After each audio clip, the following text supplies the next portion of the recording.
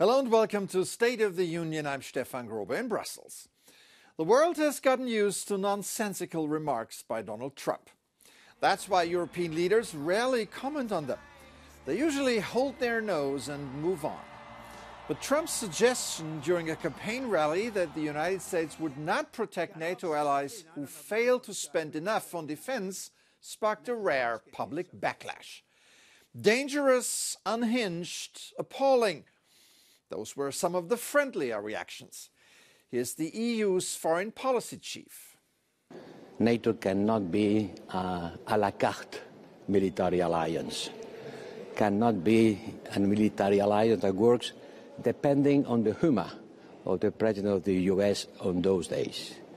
It's not yes, now yes, tomorrow no, it depends, who are you? Now, come on, let's be serious. Let's be serious. At a meeting of NATO defense ministers this week, participants were also not in a mood to mince words. The whole idea of NATO is that an attack on one ally will trigger the response from the whole alliance. And as long as we stand behind that message together, we prevent any military attack on any ally. So any suggestion that we are not standing up for each other, that we are not going to protect each other, that does undermine the security of all of us. Stoltenberg also reported record military spending of the alliance. As budgetary decisions are taken over a period of months, NATO spending cannot be considered a direct response to Trump, who has a track record of hostile remarks about NATO.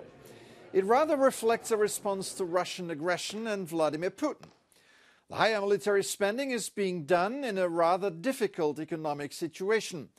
This week, European aerospace group Airbus reported its latest earnings. The numbers were mixed. The financial forecast for 2024 was cautious. In general, it's a tough financial environment for the aviation industry, who is looking toward cutting costs everywhere. One option under consideration is a reduction of the number of pilots at the controls of an airliner. It's called the Extended Minimum Crew Operations, EMCO, something that pilots believe is a deeply concerning development that would come at the cost of safety. Joining me now is Otjan de Bruijn, president of the European Cockpit Association. Welcome to the program. Thank you.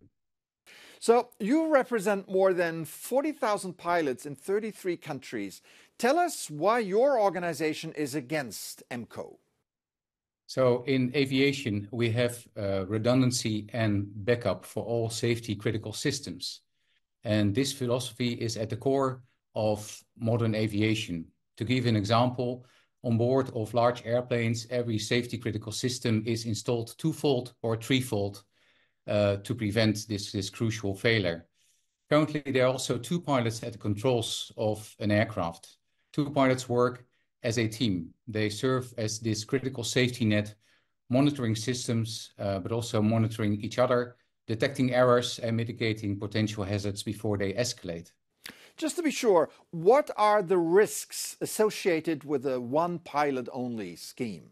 So in this concept, when this one pilot is there for hours during the cruise phase, he or she would need to take a toilet break. And during this toilet break, there would be no pilot. So what happens, for instance, if at that moment air traffic control asks you to deviate from your flight path, if there is an engine fire or smoke developing on the flight deck or a collision warning, I, as a pilot, will not be able to be responsible for the safety of my passengers, of my crew and my aircraft.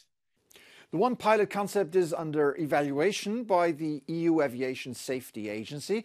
How advanced is this evaluation, and have you guys been consulted? Yeah, so in the last 2 years, a small group of stakeholders has been consulted, in which we indeed were also consulted and have been involved. It is the first time in history where the European Aviation Safety Agency is starting rulemaking without the purpose of solving a safety issue. Instead, they are introducing many safety issues, and we have no trust in this evaluation process being carried out independently and impartially. What about your employers, the airlines? Where do they come down on this? Well, it is very simple. It is commercially driven by some airlines who see a potential of saving some money by reducing the number of pilots during long-haul flights. Airlines may be tempted by the prospect of gaining this cost-saving competitive advantage through the elimination of this pilot.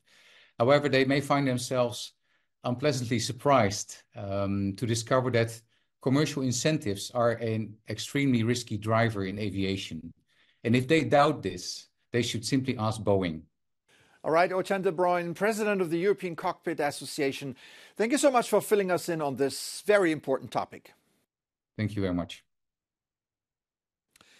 Before we go, here's a look at the carnival season that came to an end this week. Some of the biggest parades traditionally take place in Western Germany. In Cologne alone, an estimated 1.5 million people took to the streets to celebrate the fun amid an abundance of candy, flowers and alcohol.